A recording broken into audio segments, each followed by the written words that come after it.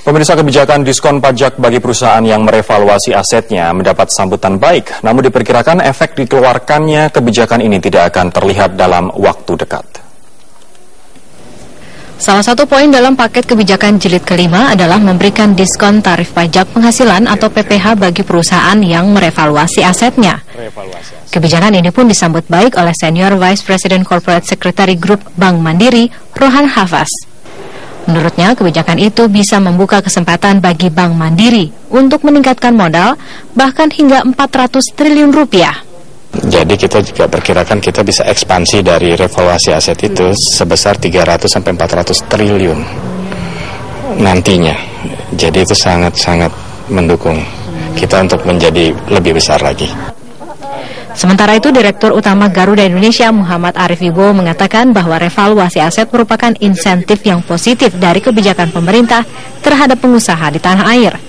Arif juga memastikan bahwa tahun ini akan ikut ambil bagian dalam memanfaatkan fasilitas revaluasi aset yang diberikan pemerintah ini. Teks ini harus kita manfaatkan karena kebijakan-kebijakan yang sangat positif buat pelaku usaha harus kita maksimalkan, dan ini pemerintah sudah memberikan signal positif kepada pelaku usaha. Saya kira harus kita tangkap semaksimal mungkin.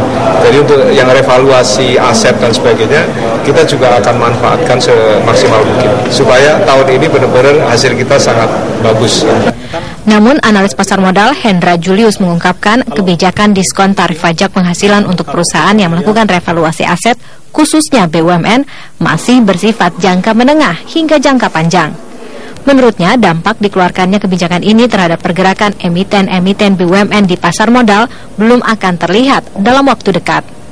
Kalau pengaruhnya yang saya lihat yang langsung benar-benar langsung ke arah BUMN itu masih tidak terlalu signifikan dalam jangka pendek nggak terlalu signifikan, karena ini benar-benar kebijaksanaannya adalah untuk medium to long term. Jadi oleh karena itu kalau secara langsung memang tidak ada pengaruhnya langsung secara signifikan.